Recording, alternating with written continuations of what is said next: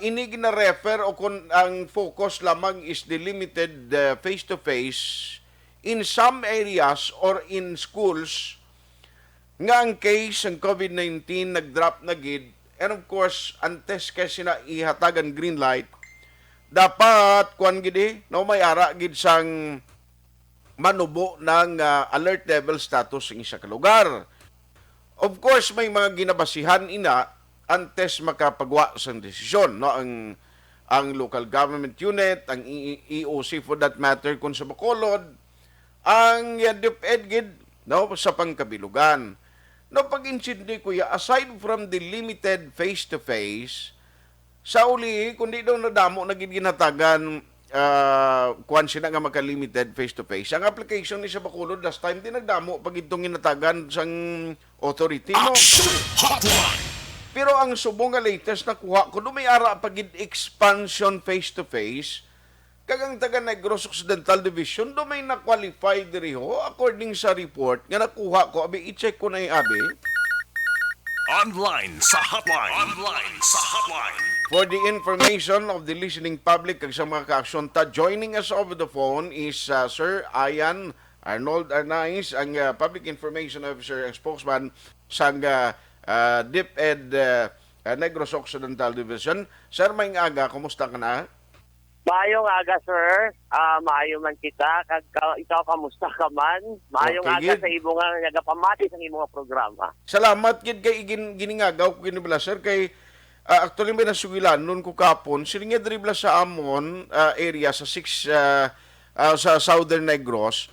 May ara na kami ginatagan na kami green light for the expansion sang face to face. May ara na gid man ni sir, and may mga school na nga nagkaumpisa ni sir. Sa diri sa aton sa Negros Occidental may additional kitang 12 ka eskwelahan nga mag-abre sa basic na semana o kung after Holy Week. Pero for example, sa Valladolid, 100% of their schools nag-implementa sa limited face-to-face. I see. Pero ang iba sila sa ila, kay tungkol sang singil lang, kagapon lang, sorry, gigyan ako sa dalan na, kagapon lang nagkuha ang approval sa region. So, base ako na, sila na ma-open ang iba sige sa ila, mga next week or after Holy Week. Okay. So, all in all, kung lang tawon tabi at present, mga pila ang numbers sa Negros nga naga-limited face-to-face na subong? Ang nag-limited face-to-face na gidya subong, ang duwa ka nag-una nga pilot, ang 22 nga nagdugang, na partner na sila sang expansion, tapos ang 12 nga nag-add pagit. So 22 plus una nga duha plus ang 12 pagin nga amo ni sa after Holy Week most probably. Yes, sir. All in all, mga 49 na sila kung mag-abre na gitanan. Okay. So but gusto kong laron nga ining expansion nga ginamuno ini limited gihapon, and it is not necessarily nga ang tanan nga students baka attend sa classes nila because ang face-to-face nga ginasiling tiya sa una nga dikitanay subong because nga ara pagyapon si COVID-19 hindi pa gid niya mahimo sir kundi may ara system gyapon nga ipatuman. That is correct, Action Art, no? We are still doing the progressive, meaning to say amat-amat. Expanded siya kay tungod niya ginapadamo ang eskwelahan, ginapadamo ang grade level. Pero limited man sa gihapon kay tungod na hindi patanan makakadto sa eskwelahan, hindi patanan grade level gina-offer. So, amo na siya, kung limited siya, pero expanded siya. Okay. Pero subong sir ang grade level, we na talk about grade level, ano sir ang gina-allow gani nga grade? Depende sa school. Sa una, sa pilot, grade kinder to grade 3 lang kag senior high school. Subong, depende na sa eskwelahan kung ano ang kapasidad nila nung kaya nila nga i-open. Pero most of them nagka-prioritize gihapon sa mga grade levels na very crucial. Like for example, ang kindergarten to grade 3 gihapon kay tungod sa reading na competency nga kinahanglan ma-develop sa bata. Ang iban nagafocus man niya sa senior high school kay tungod nga may may workshop, may hands-on. So, kailangan matudloan ang mga estudyante sa sinakay para makapase sila sa test na later on. Mhm. Ang iba nag-focus sa mga graduating, especially sa grade 6 at sa grade 12, kaya tungod na kailangan i-ready nila mga bata sa next higher na grade or sa college. Yes, sir. Pero may mga initial assessment kamo nga nahimo on those schools o sa mga schools nga una na nakapatigayon sa limited face-to-face because of the 2 years time nga waay sir sang pag-atubangay ang mga manunudlo kag ang mga estudyante, especially nga modular ang ginhimo sadto nanuman may do nag-atrasado ang pag-improve sa kabataan na budlaya ng mga teachers mag-adjust. Actually, Action Art, ngayon dugay na kita kay sa assessment sang ato yung nga printed modules, makita mo gitman na may kabudlayan sa mga kabataan. 2 years ato nga printed modules, hindi mo man sa dali malagas within a few months lang na face-to-face ikaw. Tapos, as of the moment, makin may face-to-face, may printed modules kaya gihapon kay siya blended delivery, hindi mahatag ang tanan na subject kay tungod 4 hours and a half lang ang allowed sa ila.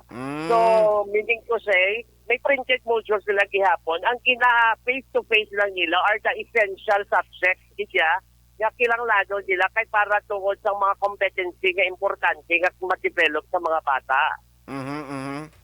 Ay, very good. So, at least ang iban nga ginikanan actually ginakalipay nila yung pag-resume sini although face-to-face sila niya ay mayo ni kay mga bata namon at least hindi na kami budlayan nga kami pa yung matudlo nga ang ginikanan mismo limited lang ibalo sir.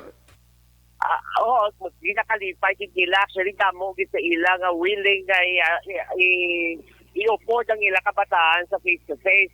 However, gusto man namo sa DepEd na ikampanya gid kailaban ang gin-prioritize sa mga kabataan amo ang may mga bakunado. Sigun ng taon nato ng data sa DepEd sa Division of Negros Occidental sa pagkagamay gihapon ang mga bakunado nga mga kabataan. Kung magsaka ka sa mga bukid na mga eskwelahan, barely nga may ara sila bakunado nga mga kabataan. So, kung gustuhon ka na mag-abri liwat ang mga eskwelahan for face-to-face, at kinahanglan di siguro sa mga ginikasan na ipapakuna man ang mga kabataan nila para ma-prioritize man sila. Kaya tungod, hindi man siya mandatory, pero gahambal si DepEd na preferred nga mga pasudlon sa eskwelahan ang mga bakunado. Okay. Kaya hindi para sa protection sang tanan, hindi man lang para kung ano ang rason, kundi for the protection sang bata kag sa mga maestra kag sa mga tao man sa palibot nila.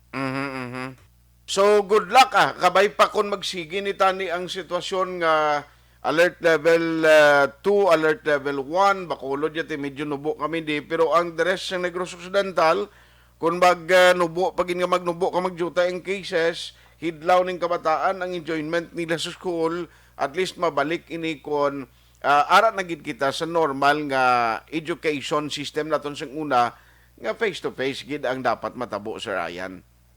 That is correct ang Action Art, no? Masking paano, bayaran sila socialization, masking limitado man gihapon, kaya tungod na may physical distancing sila gihapon, pero masking amo lang na, at least may makita sila nga mga iban mga kabataan na makabuligay man sila sa ilang pagtuon. Kaya siyempre, makita na nilang ila teacher.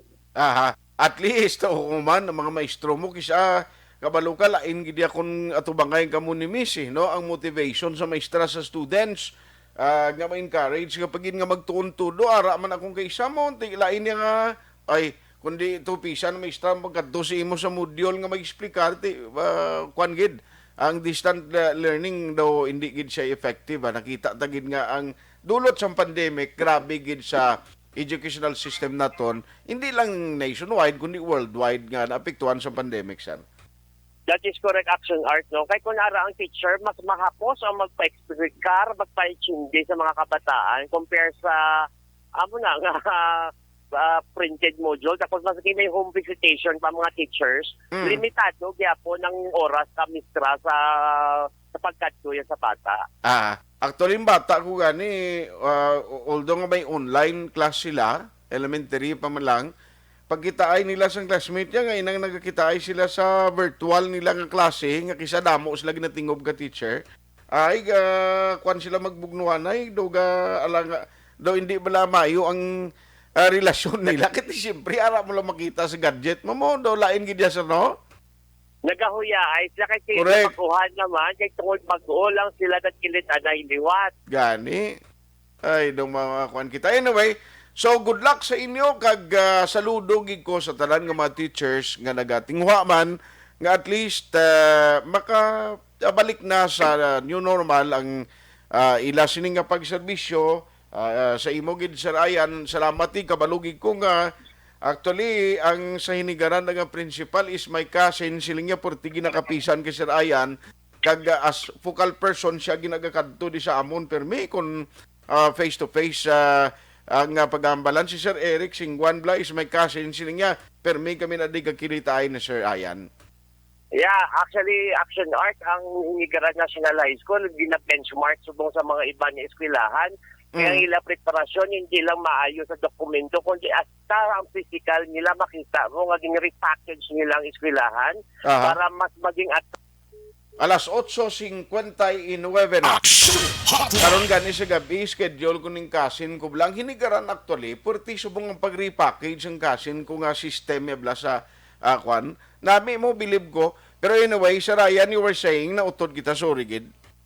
okay lang sa Action Art, no? Ang Hinigaran National High School, repackage kita ni Sir Eric ang iya eskwelahan para makita physically, kag maging ma-excite lang mga estudyante nga magbalik kay tungod nga matahom gid ang ilang eskwelahan. So, amo na gina-encourage naman ang mga eskwelahan kapin pa kon may dako ang ilang budget nga kung mapatahom nila kay para hindi lang sila ready sa pag-obra sang face to face, kundi mismo ang eskwelahan la kung baga conducive sa para mag-eskwela gid ang bata. Aha. On that note, sir, salamat gid sa time kag halong gid permi sa way untat mo nga paglibot sa nasukupan sa Depend Negros Occidental. God bless kag good morning. Good morning and thank you very much, Action Art. Action Hotline. Ay, parte. So, expanded, may 12 pagid nga gina-expect. Kung hindi, ini siguro, tapos na lang na Semana Santa, tapos Holy Week, Holy Week, kay kung nagtawon ta sa Lunes Santo na naiya mo. Martes Santo, alangan ka pa na maklase, siguro do, hindi naman na. Pwede pa na iya sa mga nakastart na. Pero sa mga gusto, kag nag-apply for the limited, ining 12 ka schools, ti after na lang sila, mga kunang taon na ito ng kalendaryo, mga pizza 18 na sang Abril, no? Makasugod o kung makaumpisa klase, ini nga mga bulutuan. Pao, kabay patani tayo yun na niha. Ang mga estudyante, ginawa tayo stricto. Ang mga maestra, ginawa tayo stricto nga dapat bakunado and all sa pagklase nila. Pero kung ang taon tabla subong sa election time, ang mga kandidato, although kalabanan, abot ko mayara, why na bakunahan nga kandidato,